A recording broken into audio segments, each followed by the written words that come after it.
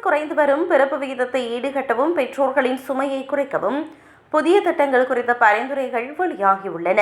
அதற்கமைய ஒவ்வொரு குழந்தைக்கும் மாதந்தோறும் 250 யூரோக்கள் நிதி வழங்கும் திட்டம் பரிசீலிக்கப்பட்டு வருகிறது. நாட்டின் எதிர்கால வளர்ச்சியை முன்னிறுத்தி பிறப்பு விகிதத்தை மீண்டும் அதிகரிக்கவும் பெற்றோர் நிலையை மகிழ்ச்சியானதாக மாற்றவும் அரசு பல்வேறு நிபுணர்களுடன் இணைந்து ஆலோசனைகளை நடத்தி வருகிறது. அதன் ஒரு பகுதியாகவே இந்த நிதியுதவி குறித்த யோசனை முன்வைக்கப்பட்டுள்ளது.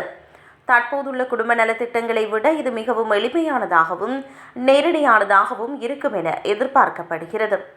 முதல் குழந்தையிலிருந்தே இந்த உதவித்தொகை வழங்குவதன் மூலம் இளம் தம்பதியினர் குழந்தைகளை பெற்றுக்கொள்ள தூண்டப்படுவார்கள் என இந்த அறிக்கையை தயாரித்தவர்கள் நம்புகின்றனர். வெறும் பண உதவி மட்டுமின்றி பணிபுரியும் பெற்றோர்களுக்கு அதிக விடுமுறை அளித்தல், தரமான குழந்தை காப்பகங்களை உருவாக்குதல் போன்ற கூடுதல் சலுகைகளும் இந்த பரிந்துரையில் இடம்பெற்றுள்ளன. இதன் மூலம் வேலை மற்றும் குடும்ப வாழ்க்கையை சமமாக தக்க வைக்க வழிவகை செய்யப்படும். பிரான்சில் கடந்த சில ஆண்டுகளாக பிறப்பு விகிதம் மிக குறைந்த அளவை எட்டியுள்ளது. இது சமூக மற்றும் பொருளாதார கட்டமைப்பில் நீண்டகால பாதிப்பை ஏற்படுத்தும் என்பதால் இந்த விவகாரத்தில் அரசு தீவிரமாக கவனம் செலுத்தி வருகிறது.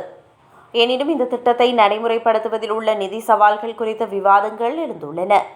இந்த பரிந்துரைகள் குறித்து அரசாங்கம் விரிவாக ஆய்வு செய்து விரைவில் அதிகாரப்பூர்வ அறிவிப்பை வெளியிடும் என்று எதிர்பார்க்கப்படுகிறது.